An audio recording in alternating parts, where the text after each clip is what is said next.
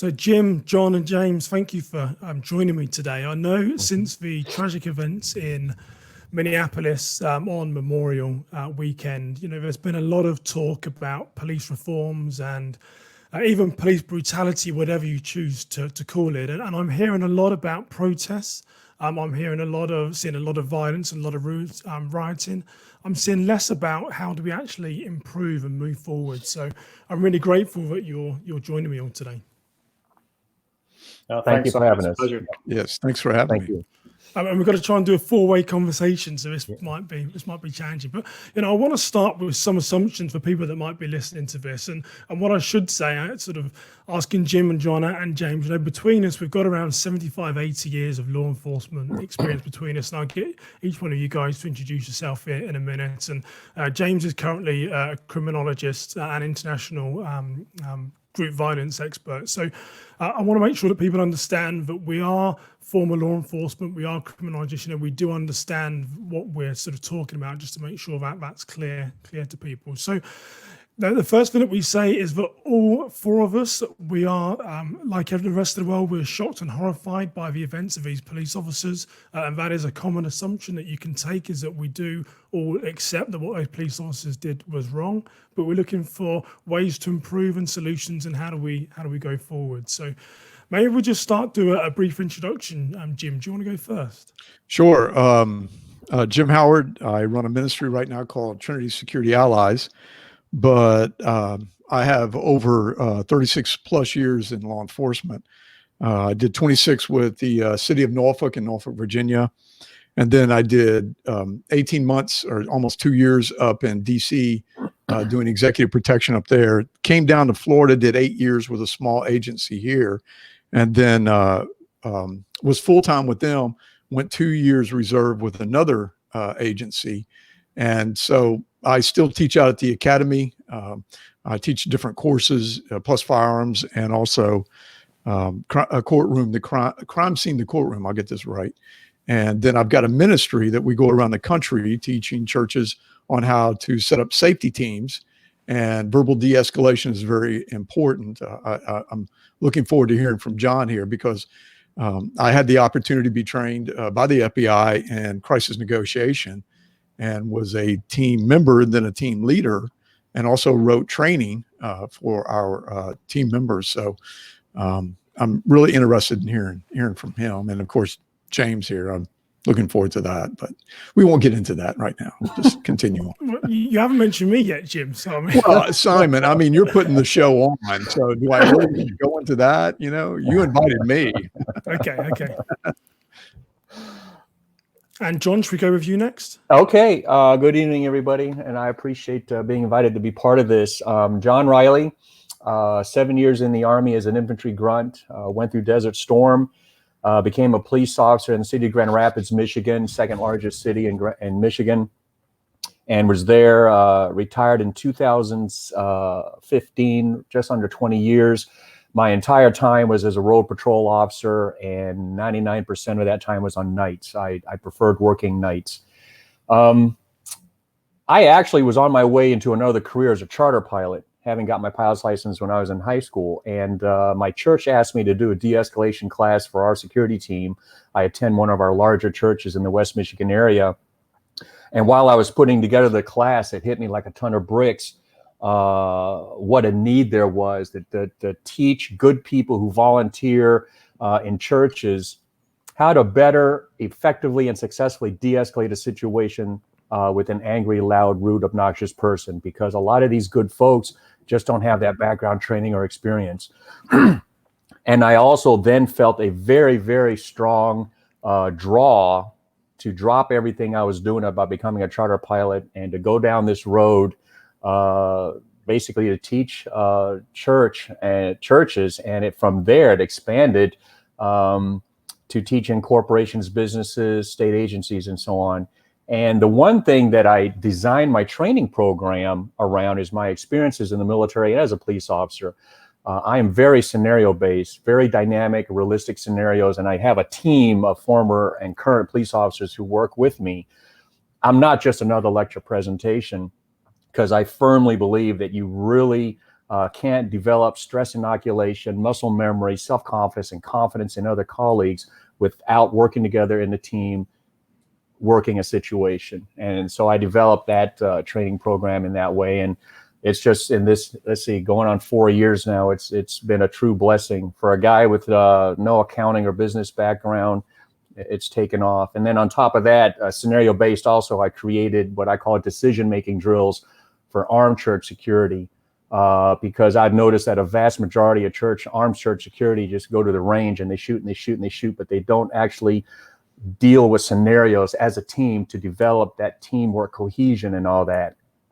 Who's getting on the radio, who's rendering aid, who's evacuating maybe that side of the building, and so on. So, but it's taken off, and that's a little bit about what I'm doing. Very scenario based, not just another lecture presentation. Well, John, thank you for joining us, and I'm interested to get your insight a bit later about the verbal de-escalation side. And Dr. James Densley, the fellow Brit here. That's right, yes. So yeah, my name's James Densley. I'm originally from the UK. I'm the only one on this call who's not a former law enforcement officer, but grew up in a family of law enforcement officers. My sister still is a homicide investigator back in the UK.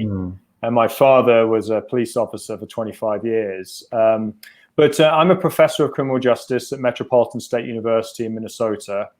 I'm a sociologist by training, so I don't do the kind of defensive tactics type law enforcement classes.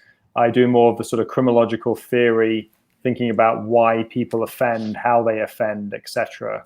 And I'm also the co-founder of an organization called the Violence Project, where we are trying to reduce violence in society. And some of the work that we've done with the Violence Project has been around de-escalation and crisis intervention training for law enforcement. So we developed a model called the R model with my colleague, Gillian Peterson.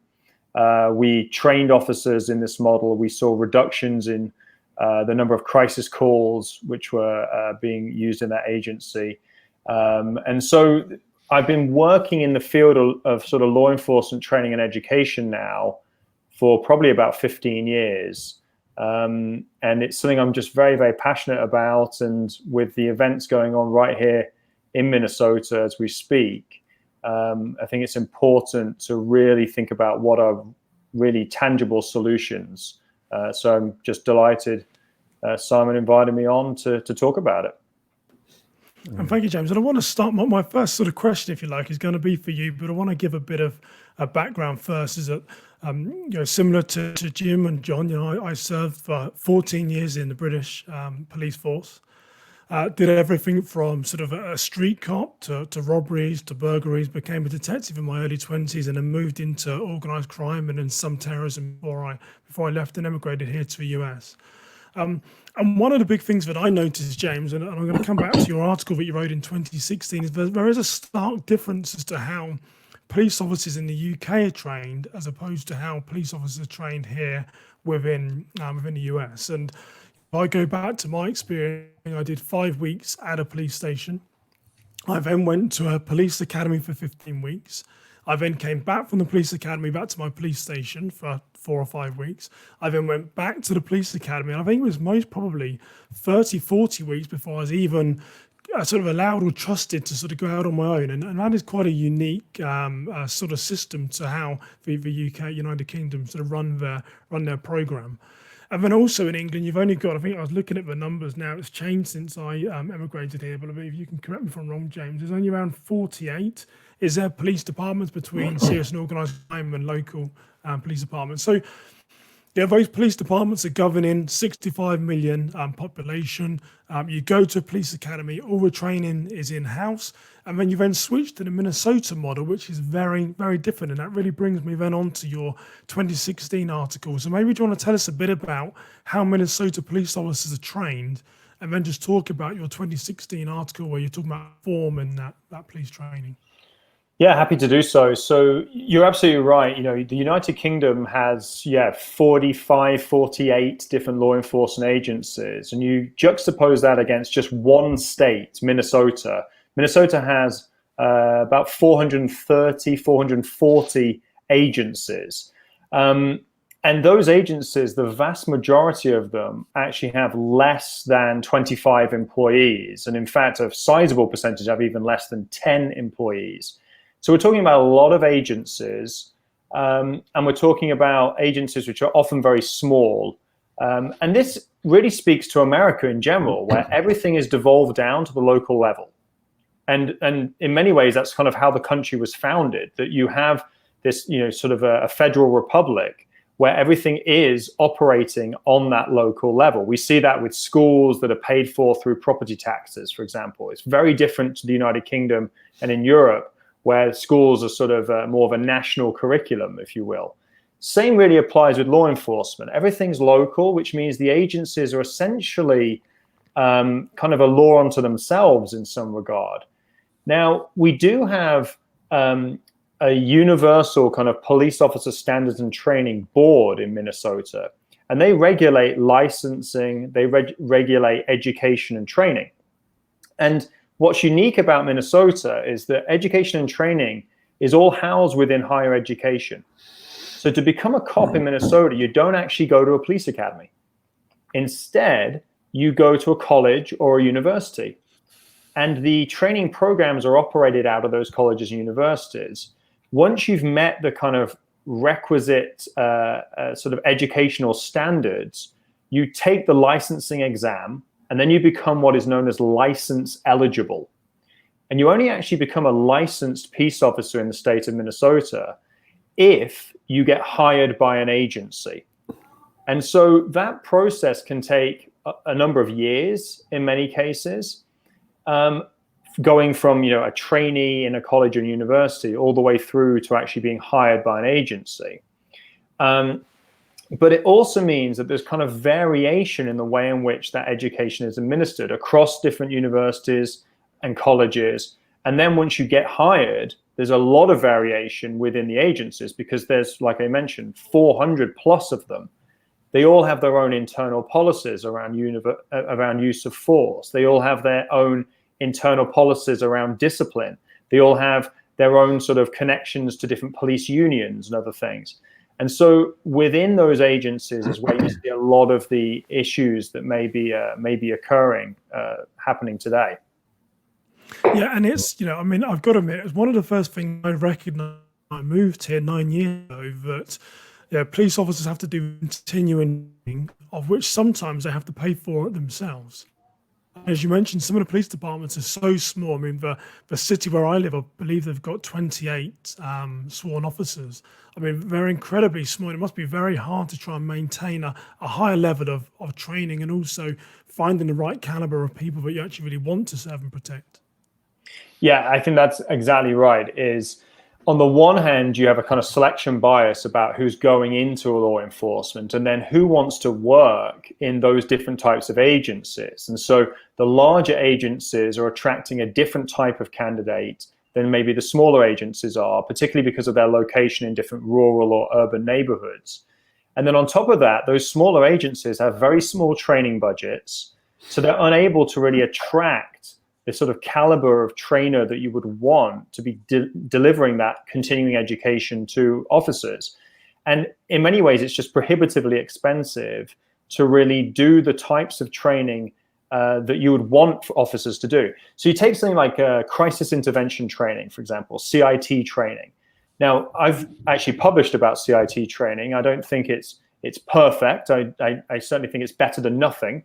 But there are certainly some issues with CIT training. But let's just take that on its face. Many people hold CIT training as like the gold standard when it comes to kind of mental illness, crisis intervention, de-escalation. But CIT training can cost an agency about $800 per officer to put them through that training. Not only that, it takes 40 hours to be trained in that. You've got to take an officer off the street for 40 hours, and you've got to pay $800 an officer.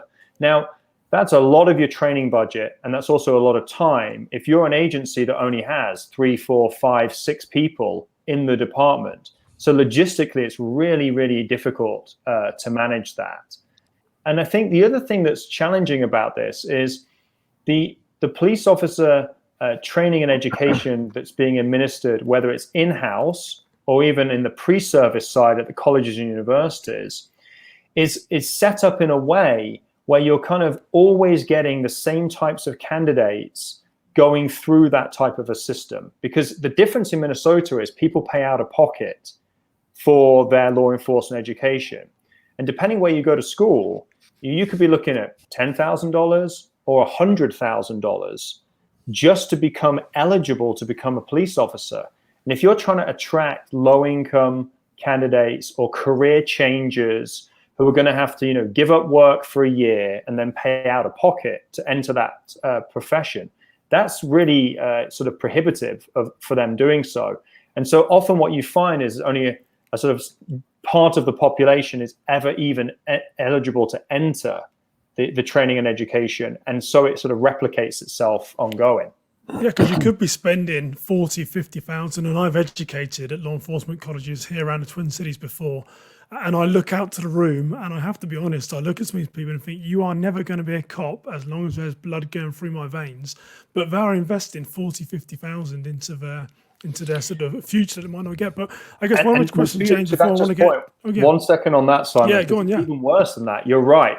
You're sitting across there and you're thinking there's no way that this person should really be a police officer. But because the education and training are housed in open access colleges, there's not a lot of selection and screening that goes on the front end of law enforcement education. So when you join a regular academy, you're getting psychological evaluations. You have to go through the interview process with the chief and other things like that.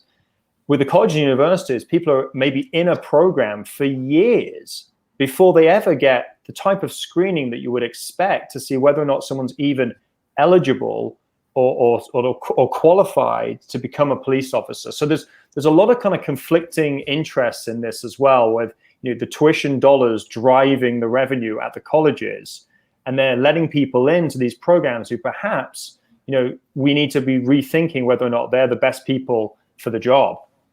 Yeah, and I want to go to John in a second and get some views on verbal de-escalation training and what he saw when he saw the incident. But a question for you, James, when you look at your article you wrote in 2016, because we want to talk about things that we can improve upon, what is the one thing from that article that you wrote that you would say this is something that Minnesota should do now?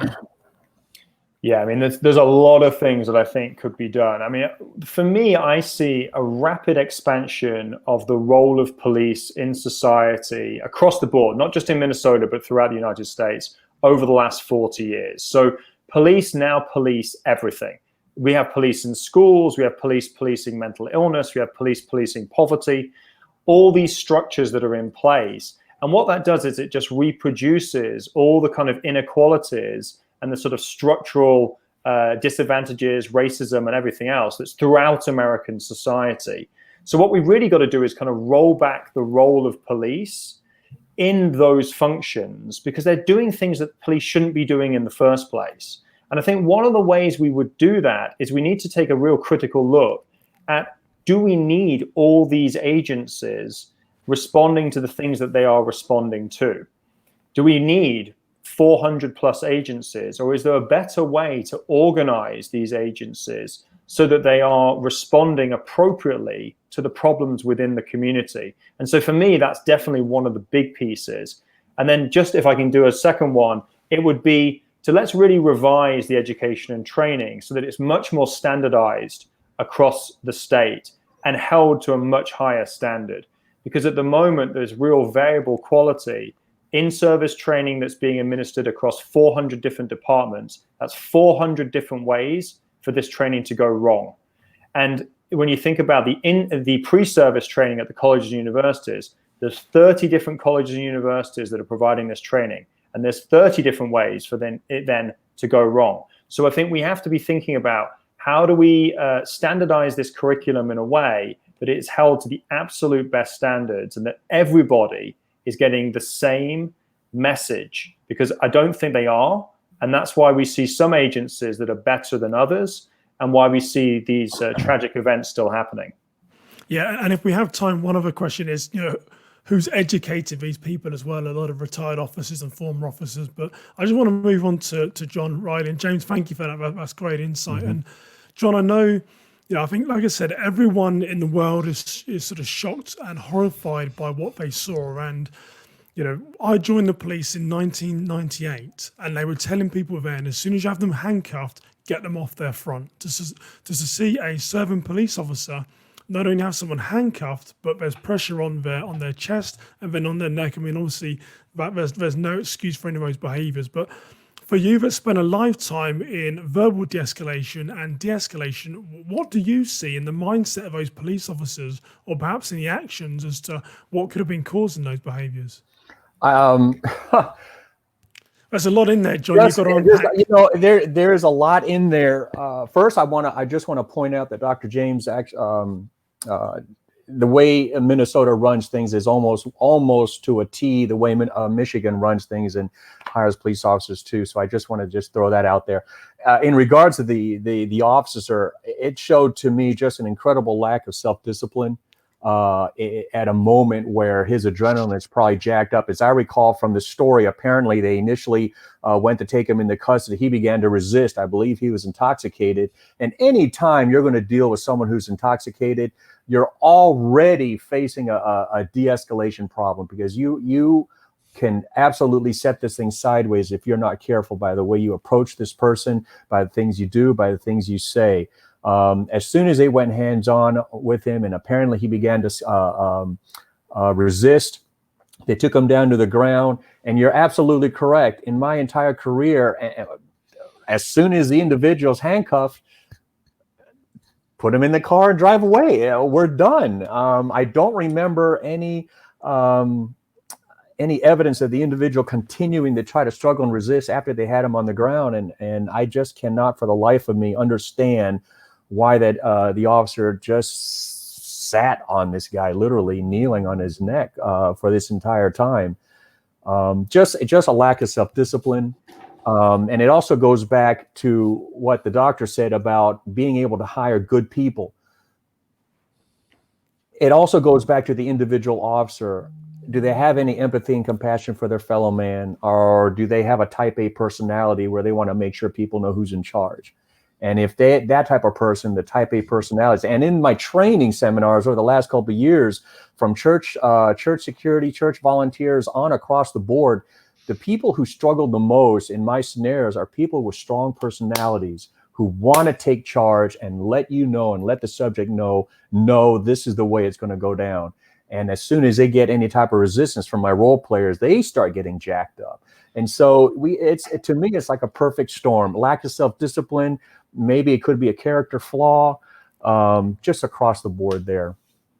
And so, John, I mean, you served 20 years in the police department in Michigan, looking for solutions. What should police officers be trained in, or how much level of depth in verbal de-escalation should they receive? I mean, I'm sorry. No, I can say we heard James talk about crisis intervention training. I mean, but is there enough of it being administered to police departments? My church hosts CIT training, so I've actually had an opportunity to observe that. And I think that is a phenomenal start, because I have seen officers around me mistake and misunderstand and misinterpret someone who's got mental health issues. I was able to identify it only because I have a daughter who's special needs, and I could just key in immediately that that's what I was dealing with. But I've had officers around me immediately start reaching for pepper spray or so on, and I'm like, whoa, all we got to do is just talk a little bit. We'll be okay. So the CIT training, I think, is a good start. I absolutely believe, now looking back, that a lot more emphasis should be done on de-escalation training, but not just a lecture presentation. You cannot develop stress inoculation, muscle memory, self-confidence, and confidence with each other if you don't work as a team dealing with a stressful situation with someone. You've got to be able to get yourself jacked up a little bit and learn how to handle a situation while you're at a certain level of adrenaline and stress. And I think, from my humble point of view, that's what needs to be emphasized in the beginning of a young officer's life. Not necessarily, well, at the police academy for sure, but definitely in-house with their new agency. a reintroduction or maybe an emphasis on de-escalation skills. Because I'll tell you, and I tell other young police officers this, and I tell other clients and civilians this: you are going to find yourself using your mouth 99.9 times more often than you're going to use your handcuffs, pepper spray, taser, and so on. And you've got to be able to use your mouth. Yeah, thank you. And that's great insight, John. And I know if I can come to Jim for a second, you know, Jim, that I think if we're all honest as police officers, and I say it with a smile, I don't know why I am, but maybe I shouldn't be smiling and say this, but there's been times where I know I went to work with a bad mind, a bad attitude, and just wasn't in a good place. And I know that I've said things to members of the public that I shouldn't have said when they've escalated, when they've caused confrontation. To me, I've sort of taken action, and my poor mental state has basically resolved the situation because we're the police. So quite often we're above the law because we're upholding the law. But my point is that I've had police officers that say to me, Simon, you said too much, that person's had enough. And I've also said those same comments of other police officers when they could be having to restrain someone, as John says, and I said, hey, I think, you know, you've got him under control now. Let's get him in the car. He's had enough. And a lot of it can come down to mindsets when things that John's mentioned, the situation that you're in can change.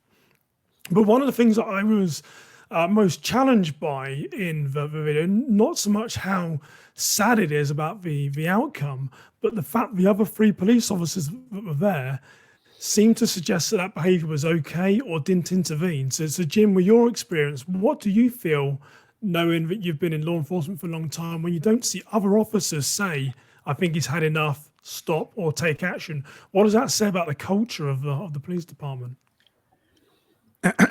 You have the toughest question, Jim. Yeah, well, I've been kind of sitting here biting my tongue because there's a lot of conversation that I think this would be a panel conversation more than kind of like going to each specific things.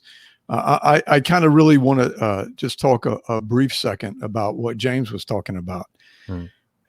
I was fortunate. I went to a department that had its own academy, and there were multiple times where we had people that were questionable when we hired them, that we knew that the academy would weed them out because they just would not make it through. Now, when you come to the state of Florida, you have, I can't even remember how many counties we have, but every single county has their own sheriff and they have their own kingdom. And it's really kind of one of these things you have to be careful, because this county over here does things a certain way and this county over here does things a certain way. The Florida Department of Law Enforcement sets the standards. There's so many standards that you have to pass in training. They give everybody the same book that they have to pass them. But it's exactly kind of what you said, and I really agreed with you on a lot that you said, that once you go to that agency, things are different. Things are taught different. If you were to go to Pasco County, which is where I live, they teach completely different from the academy that is out in Pinellas County. They have the FDLE requirements that they have to cover, but when we get into other things, it changes. And I do see that as a problem, but here's a problem that nobody's talking about. We can't get these sheriffs to agree on where to go to lunch, much less agree on a policy that would cover everybody's, jurisdictions. I worked for an agency that had 8 guys. The average house was $750,000. We do police work a whole lot different than people that in Norfolk that work in what we call the project or this Section 8 housing. It's a different world. But to go to your question, Simon, I have been sitting here listening to this, and I think that there's something that we really need to. I know that I've been out of law enforcement. I mean, maybe 2 years. I mean, I'm still certified. I have an agency that might hire me as a reserve right now. I try to pay attention to what's going on out here. When I see the incident that happened in Minnesota, Minneapolis, the thing that I look at first off is the guy was arrested and he did resist. Okay. Now, my first question is he on some sort of narcotics? That's the first thing I'm going to ask myself, because when we look at the autopsy of him and they're saying this is a red herring, I don't think it is. He was on meth and he was on fentanyl. Okay. They have figured that out. that puts a lot of change in there. Now, the second thing, they put him in a car and then they pulled him out of a car. And from another camera angle, you could see that he was still resisting. This goes into another, how do we handle this? We also have excited delirium that nobody's even brought up because they're now saying the autopsy shows that Floyd died of a heart attack. That relates back to excited delirium. To the point of your question, he never should have had his foot on his knee on the throat. That just, I cannot believe that the police department would teach that type of training. That to me was a personal decision to do this for control. Now, going to James, I mean, this to me would be a test study to interview this guy to figure out why he felt that that was necessary and why he felt while other people were watching and telling him to videotaping this and telling him to get off the guy's neck, he stopped fighting. He stopped talking. You continue for 2 more minutes to do it. Now, as far as the other officers, listen, unless you've been a police officer, you don't understand this code of honor that we all work around. There is this. Was he the senior officer there? Was he the guy that would have got up and said, you don't tell me what to do. I'm the top dog here. You know, was he that guy? Would it have been embarrassing on all the department? He shouldn't have been doing what he did, period. I would love to sit down and interview him and get an idea what he was thinking when he was doing this. His smug look, his complete disregard for people screaming at him to get off of this guy not fighting anymore. Something is so wrong here. And I kind of told you in a text to you, this was 2 perfect storms. This was a person with a career history. We know that he had been arrested for armed robbery. Okay. Home invasion. That's one of the top ones. That's a serious thing. We know that he was involved in a crime. That's why he was picked up. We now know that he was on meth and fentanyl. So this was the perfect storm for a guy to come across a guy, kind of like what John's talking about, the alpha male, and I will show you that you're fighting us. And it goes terribly wrong. And for the officers not to walk over and just lean over and whisper in his ear, there's people watching, get off his neck. I can tell you of a story where I got into a fight with a guy that got the advantage of me.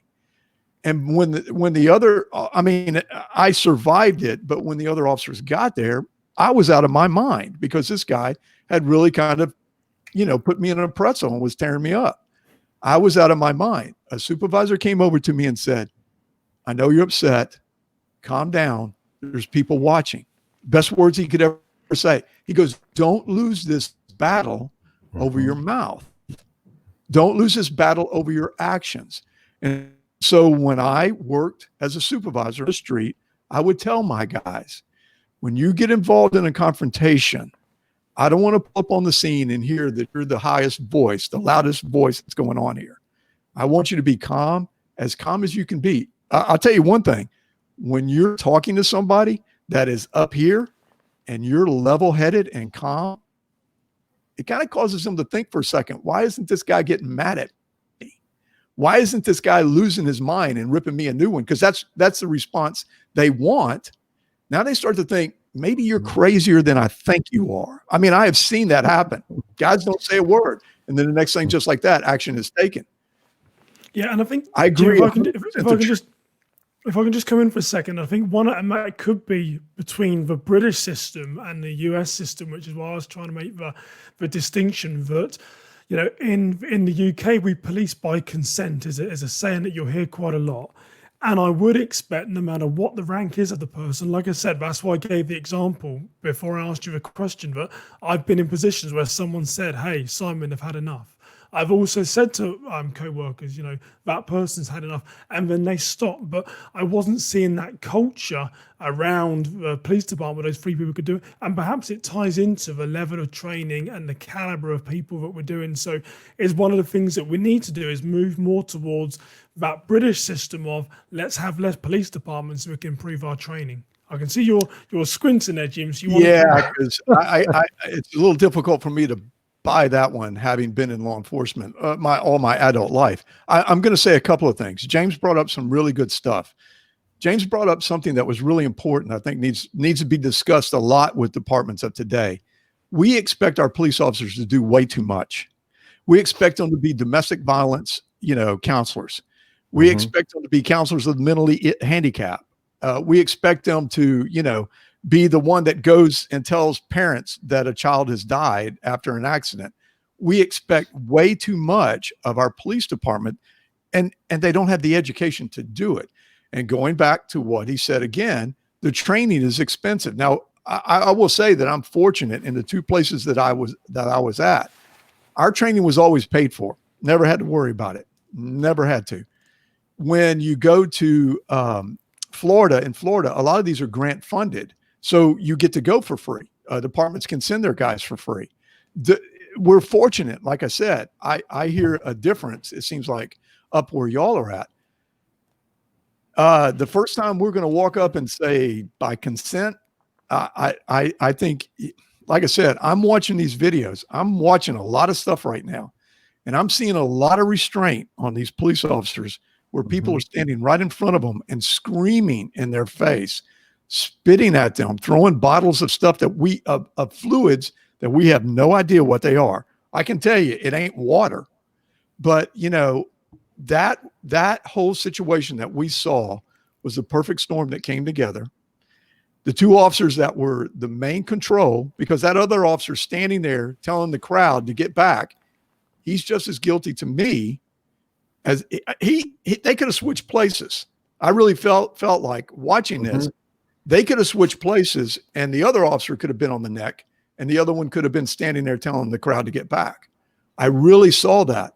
So there is a lot more embedded in there and this would be, like I said, James, I'd love to see you do a study on something like this, because we need to figure out what is going on in that officer's mind at that time to think that is right.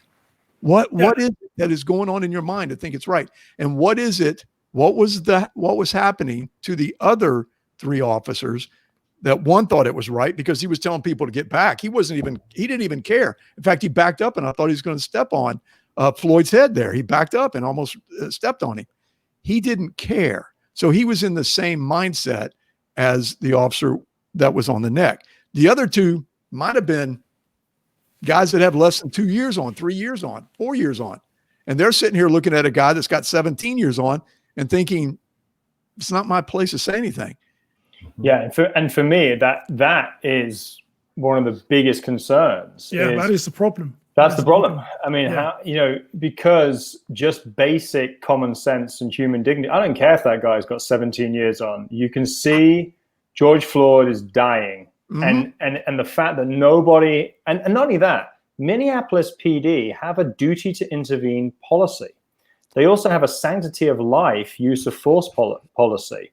So I get it. I mean, I study gangs for a living. Like, I understand how these group dynamics and group processes work, and how you have the alpha dog and everyone else is afraid to speak up. And we have the bystander effect, and we have all those things playing out in this.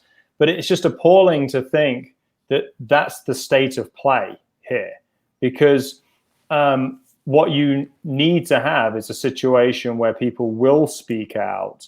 And I think what it speaks to for me is, I mean, Minneapolis PD, I mean, this is an organization, over half of the Minneapolis PD voted in Bob Kroll, for example, as the head of their union. I mean, this is an individual that is sort of inciting hatred at every turn.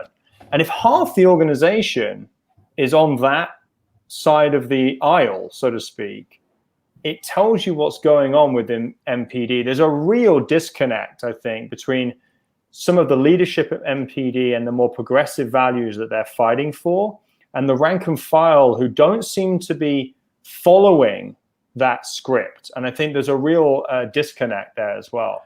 I also just want to say, excited delirium, It's not recognized by the American Medical Association, not recognized by the American Psychological Association, not recognized by the World Health Organization. It seems to be only a diagnosis that police officers give, but medical doctors don't. And but so, the thing of it is that's what we teach. That's what we teach. You have to understand, this is what we teach. I know, but I think that's the problem, because if you have something in your mind that doesn't exist, that's going to result in big problems. Let's get John into the conversation. We had an incident a number of years ago. Individual died after being tasered. Big dramatic fight, and it was diagnosed, I guess, he was going through excited delirium. Unbelievable body temperature. It was taking off his clothes, just completely out of control. In 2008 ended up tangling with the guy who, when we took him to the hospital, they determined that he was going through excited delirium. He survived, but barely. It was a very dramatic takedown, me and a couple of guys, but we also recognize, because of our training and briefing, that this is a phenomenon that we could encounter. Once we were immediately able to get him cuffed up and secured, we rushed him off to the hospital. And so fortunately, that was our mindset. And we didn't have any alpha males with me trying to let him know, put the beat down on him. I'm actually kind of surprised to hear you say that's not a recognized condition. I am too, because it's taught everywhere across the country. And that is the thing that's astonishing to me. It is taught everywhere. It is a universal phenomenon in law enforcement. It's part of the learning objectives and everything else. But it's actually not a diagnosis that's recognized by those leading bodies. It's fascinating to me and I think that's what speaks to sometimes. We really need to move more toward an evidence-based model for law enforcement, and that there is a disconnect there in some of the things that are happening. But as you mentioned before, I think this really comes down to more about that sort of vying for supremacy that you saw in the takedown, and the dynamics then around everybody else that kind of let it occur. So on that, you're spot on. I wanted to go back one more time to excited delirium. I'm a taser trainer also. And that's one of the things that we trained, because we had a situation in a state where a guy diagnosed later on as excited delirium was tased multiple times and just was able to walk through it, and then eventually had a heart attack because of what we're talking about. And it kind of surprised me that the medical world doesn't see it that way. Going back to one other thing I just wanted to throw out here. Police unions, I have a problem with. I'm going to tell you that right now. I have a terrible problem with police unions, because usually it's the loudest mouth guy that gets elected for it. I mean, I can tell you, I've seen it all. One of the things that when you have that mindset for your department, it is a virus. I remember when we started bringing computers and putting them into the cars. I'm doing a lot of training on it. And I had guys that looked at me and said, I didn't need a computer when I came on this police department. I don't want to do this now. They're a dinosaur. Have a nice day. Goodbye. I personally know what it is like to go against a chief of police. Okay. If you search my name in the town of Bel Air, you'll see that we had a chief of police that I and the other officers felt like he was unethical, immoral, and truly doing illegal things. And because I was the police rep, now I looked at it different than everybody else does. We're a small department. I had to take the challenge on, and I was chastised. The mayor called me a disgruntled employee. I was threatened. Other officers let me rephrase that. Most of the officers agreed with us on this, but the second in command pulled me aside and said, you might as well look for another job. I know what it's like to go against somebody. And the mindset usually in these departments where something like this happens is, what's going to happen? He gets a complaint. Who cares? An officer went up and checked Floyd's pulse. It was not there. He could not find it. The officer stayed on him for 2 more minutes. And I hate to use the word officer. Yeah. Simon knows me. Simon knows that I had 2 brothers that were police officers the same time I was. This was a thug. This is all there is to it. He was a thug. And if that is the mindset of your agency, you have a definite inside internal problem. Yeah, and even though I just want to go to for another in a minute, but I think it comes down to, Jim, what James was saying on some of those statistics. Like I said, the police department where I live is like 28 people. Is on trying to say this in a sensitive way, on a UK standard, that isn't even a station, that isn't even an area, that is a private security organization. So some of the cultures talking about, as in, would someone stand up? Well, if you're in a 28-person police department, the culture most people would, well, I wouldn't, because like you say, your career is done for. In a 200-person, am I going to stand up? Well, your career could be done for. Thames Valley Police, where I worked in England, had 4,000 sworn officers, 3,000 support staff. I ring that hotline, action is going to be taken, you know. So there is, I'm not saying safety in numbers is the answer. In these big organizations where there is a culture where you do feel supported, validated, and you can whistleblow, you can take action, knowing that it's not going to be so detrimental to your career that people are going to stand up. So I don't want to make that point, but John, I wanted to raise something. I wanted to touch upon something that Jim mentioned that is very, very critical, a critical part of what I try to teach church security and actually all my clients, this concept of what we call in the police department contact and cover, and working together as a team and being able to swap positions. Basically, you have a primary contact person talking to the subject and a cover person who's 15 feet back, keeping an overwatch position. And this is where you need to be able to work as a team in one fluid, cohesive unit, where you see your partner getting jacked up, beginning to start mouth off. You walk up and cause enough of a distraction to let your partner know, hey, I can take over the talking. And your partner should have the self-discipline, because it always goes back to the officer, the self-discipline to recognize, okay, I'm getting kind of hot right here. I'm going to back up. Maybe I'll go do crowd control. And I'm trying to pass that on to the civilians I work with. But Jim's absolutely right. If some other officer had made some type of effort, and if they were trained in it and fluid and cohesive in it, another officer could have gone up to him and said, just simply, hey, you know what, back off, let me take over. Anything just to get that knee off that guy's neck, just to swap roles, and we wouldn't be here right now. But Can I just want want to for you, John. Just one quick question for you, John. Is that training, or is that human decency and the style of person that is that police to say that person's had enough? Do I need to be trained to do that, or should the type of caliber of officer be able to say that's enough? You've got to have some type of compassion and empathy for your fellow human being, just being a human being yourself, period. You've got to be able to recognize when another human being, despite how little they deserve mercy, is in pain and defeated. It's now time to just move on. There's no need to keep drilling into their neck or anything. That to me, it goes as a combination of training and just you, the character, you as a human being. Probably more so just having that natural empathy and compassion for your fellow man. And if I could throw something else in here too, what does your department feel about this neighborhood? You know, if this is an area that your department is saying, go clean it up, you're going to do whatever you're told to do to go clean it up. But if your department doesn't really care, you know, the broken window effect, you continuously see things happen and nobody cares. You're now in the crap area of town. And I have seen officers get so jaded that they've had to quit. Yeah. I have a really good friend that had to leave. He wanted to be a policeman all of his life. He was in there for 7 years, and he started drinking so bad that they got him, you know, once for drunk on duty because he couldn't handle it. He couldn't handle it. What is your city's mindset?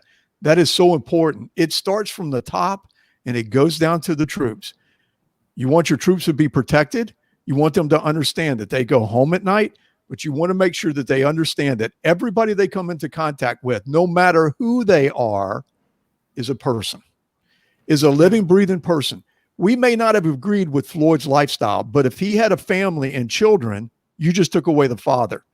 We may not have agreed with this officer's actions I condone him completely, but now he doesn't go home. His wife doesn't have a second income. There's a whole bunch of things that have happened here. This is terrible. And now we see what's happened afterwards.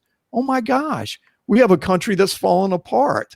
So, I mean, this snowball effect, I think I said it to you before, Simon, that if he had the record that you sent me, where he had a lot of investigations of unjustifiable force, he should have never been on the streets. Mm-hmm. He should have been plugged in central record someplace where he's answering phone calls and pulling reports out. But he never should have been out there in a high crime area, because if I'm not mistaken, that's what that was. So and it didn't take me long. I'm sorry, Simon. It didn't take me long to recognize the officers who I did not want to be on a call with, because they had a tendency to handle calls rather heavy-handedly. I'm sorry, Simon, go ahead. No, and I was just going to say, just to reaffirm, last night I was up to midnight writing forward for a friend's book. And I wrote a story that I was 22. I was first on scene at a murder. It was some of the most horrific injuries where a man had killed his wife. Most horrific injuries I've ever seen, and then later the coroner and doctor said that they'd ever seen. And you know what? Within 45 minutes, you know what my sergeant said to me? Get out on the street, because there's more people that need saving. Stop complaining. Stop being down. Get out there. Someone else needs you. And I was 22 years old, so there is no excuse for what happened, but there is a mindset for sure that comes within law enforcement. So I just want to, I know we're starting to go on a bit here, and I don't know if people think we're trading war stories or not, but this is good stuff. But I want a question for James to answer from the criminal justice aspect, and then I'll come to you, John and Jim, see if you've got any view on it. And I was talking to my wife the other day about, there's been a public outcry and everyone wants reform and change. And we started off by talking about police reform and change. But I said to my wife, you know that this man might not be convicted of murder. And she asked me to explain. I said to her, well, to prove, now he's been charged with second-degree murder, to say that a police officer intended to kill someone and to prove that is incredibly difficult. So on one hand, you've got the public view that, this man should be first-degree murder and should never see the light of day. But on the second hand, you've also got the fact that, well, he was a serving police officer with a duty to serve and protect, and his actions have killed someone. So is the criminal justice system set up for the type of incidents we're seeing with police brutality or police violence or corruption, whatever you want to call it? Yeah, the justice system is, some would argue, by design, in a really poor state, I think. And when it comes to these types of cases, it becomes even more difficult. As you mentioned, you have all the same levels of proving intent and everything else that you would have in any case. But when it's a law enforcement officer, they are held to a different standard, basically. And they are held to a different standard, according to Supreme Court precedent and other things as well. What you have with like the Graham versus Connor decision, for instance, is that if you have an objectively reasonable officer and they have a fear, let's say, that somebody is about to hurt them or hurt others, then an officer can use deadly force. The issue is that the objectively reasonable measure is not really objective. It's actually very subjective. It's subjected to that officer and to those circumstances. And the law actually says you can't, as the Americans like to say, Monday morning quarterback this. You can't look at it in retrospect and with hindsight. It's only in the perception of the officer at that time. That's a very different standard for proving whether or not you were going to do something versus the average citizen. Now, in this case, what is different is usually when we're having these types of conversations, it's often an officer-involved shooting. And it's often a split-second decision. And it's often something that happens when the other individual may have been armed, or at least there was a perception that they were armed. And so that there was this kind of framework around it, that this was a necessary action, so to speak. What's different in this case is you do have somebody who's, quite literally sitting on someone for 10 minutes. And there's no split-second decision-making there. And there's no risk that this person had a firearm because he's handcuffed. You've already taken him into custody. And so I do think that versus some of the other cases we've had historically, which have either gone to a grand jury and then the grand jury has decided not to indict, or have gone to a full jury, but they've acquitted the officer, this will be a very different case because of the circumstances surrounding it. But Simon, you're absolutely right. The question is correct. The criminal justice system is set up in a way that really protects the officers. And I think the thinking behind that is if they don't, officers may question their decisions and may put others at risk or themselves at risk in doing so. But I do believe that we need to have a very serious look at use of force policy and practice, because one of the biggest issues we have is we need to have a sanctity of life viewpoint here. Everything you guys were just saying around seeing the humanity in people, you know, whatever this man's crime was, whatever he did, you know, whether or not he's on drugs, whether or not he did the crime he is accused of, whether or not he's been a criminal before and everything else, none of that is a death sentence. Mm-hmm. And so that's, I think, the big piece here that we really have to remember is thinking about those standards and thinking about how they will be applied. I know full well that if I lay on a guy in the street for 10 minutes, for example, and it was filmed, I'd be in custody within minutes. This guy was not in custody for 4 days. That shows you the different standards in this process. And that's why the community is calling out and saying, there's a standard for cops and there's a standard for everybody else. Mm-hmm. And on some level, that's understandable. But in others, you can see where the problems lie. Mm-hmm. Yeah, thank you, James. And you're right, there's so many facets to this conversation. And in our time talking, you know, we can only lift up key ideas to discuss. But John Riley, do you have any closing remarks on that? I do want to strongly emphasize, and I think Jim will back me up, that putting your knee on someone's neck is not a trained technique, nor is it a dynamic application of a trained technique. That should never have happened. I think in terms of training and all that, there's a lot that goes on. More dynamic, scenario-based training, maybe, with officers needing to work together as a team with one another, and a strong emphasis to police officers to recognize that they do have an obligation to speak up when they see something going wrong. Now, in my career, I've seen that happen. I've seen a lot of officers in my department and area agencies also lose their jobs for one stupid thing or another. But we need people to stand up and say something when it's really critical, like what just went down. But really, I think my closing comments right there is, I'll close with this. To successfully and effectively de-escalate a situation, the officer needs to recognize that it happens long before he even says a word to the subject that he's talking to. He needs to recognize that right off the bat, the way he walks, the expression on his face can already set the tone before he even makes contact with someone. And I tell my classes that as a former police officer, I had seconds to try to get on someone's good side because I already knew as soon as I pulled up, they were already mad at me because I'm wearing a uniform of who I represent. And these officers need to recognize that it's not just a cop thing where they're analyzing body language and looking at the other person. They need to understand that they are being looked at also. Their body language, their facial expressions, all that's being read and being processed. And they need to recognize that successful and effective conflict de-escalation begins with them just as they're opening the door to step out on scene. Thank you, John. Mr. Howard? Simon, you're going to make fun of me because I put on my cheaters here, but I have a cup that sits with me all the time. It's got the Norfolk Police Shield on it, and it's got our pledge on the back of it. It says, I solemnly do swear that I will support the Constitution of the United States and the Constitution, of course, of the Commonwealth of Virginia.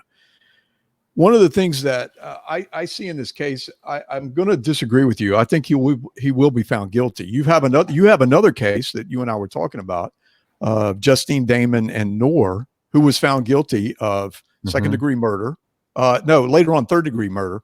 But he's serving 12.5 years right now for what he did. James, you're absolutely right. The Supreme Court looks at it different as far as the armchair quarterback.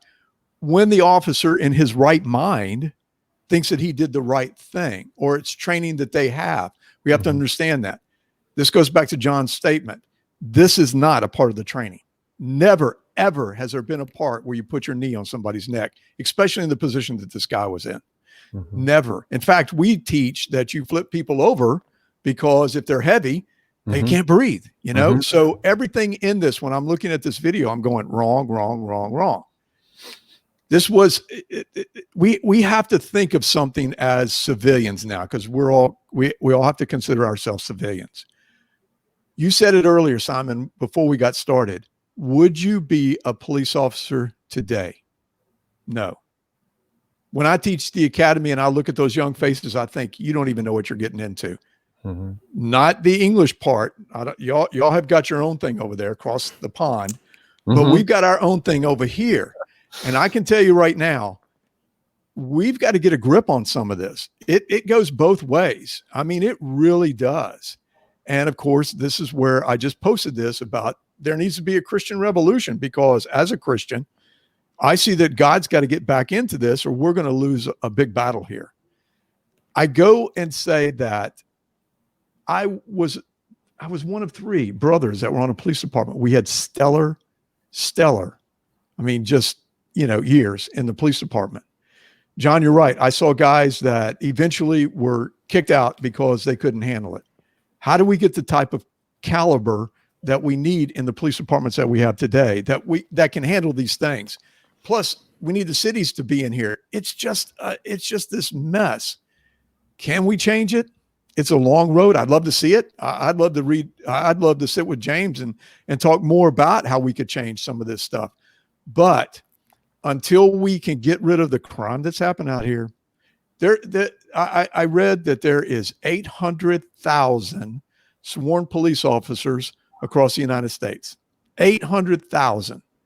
Out of 800,000, if we only have 10% that are bad, we're doing good. But I can tell you right now, there's a larger number there because we get jaded by everything that we're put through, everything that we see, domestic issues, father's not there, kids doing crimes, kids shooting kids, all these different things like that. There is a problem here. This right here, like I said, to me was a perfect storm. And now we're suffering that perfect storm, and we've got to figure out where we go now. And that's the big question. Where do we go? I know I said to you, Jim, and you sort of disagreed with my comment and said, you know, it might work across the pond, but it doesn't here in US. But I've written it down again. That police by consent. I want to give you an example. I've been stopped numerous times here in the US, not because I'm black, because I'm speeding or whatever the traffic offense was that I've committed. But I've had officers that have stopped me that haven't even said good morning, good afternoon. They've said license and registration. They've thrown a ticket at me and said, on the back there, it tells you how to deal with it. And they've got in their car and driven away. And that isn't because I'm black. It's not because I'm English. That is just not doing the model of policing by consent. There's no community policing there. So there is a lot of facets to it, but where me and you would disagree, I say a lot of it comes down to the culture and environment that has been created there. I'm not going to give you the opportunity to come back. I'm going to go quickly to James, because me and you, we can go back and forth about that another time. But that police by consent, when you're getting a speeding ticket and your officer's not even saying hello, but just saying license and registration, that's most people in my society are going to say, well, that's wrong. And that's where it starts. But James, yeah, I think here they call it procedural justice as well. You know, it's policing by consent. It's procedural justice. It's treating people with dignity, respect, giving them a voice in the criminal justice process. And I do believe it's absent far too often in American policing. And it, you know, it shouldn't have to be something that is like new that we're training people to do. You know, it should be something that I think is just ingrained and inbuilt into the fabric of policing across this country. This idea that, you know, when you pull someone over, you don't just go straight into the routine, that you have to sort of build rapport and demonstrate, again, that connection to humanity. So yeah, I would agree. I would agree in those ways. Well, Jim Howard, Trinity Security Allies, John Riley, Gentle Response, and Dr. James Densley from the Violent Projects. Thank you for joining me. I mean, we could talk for 2 or 3 hours on this, but it's been great conversation. And, you know, whatever happens going forward, I hope that the conversation keeps continuing and we can do what we can to improve the criminal justice system here in the US. So thank you, gentlemen, for joining me. Thanks for having me. Thank you so much. Thanks, Simon. Appreciate it.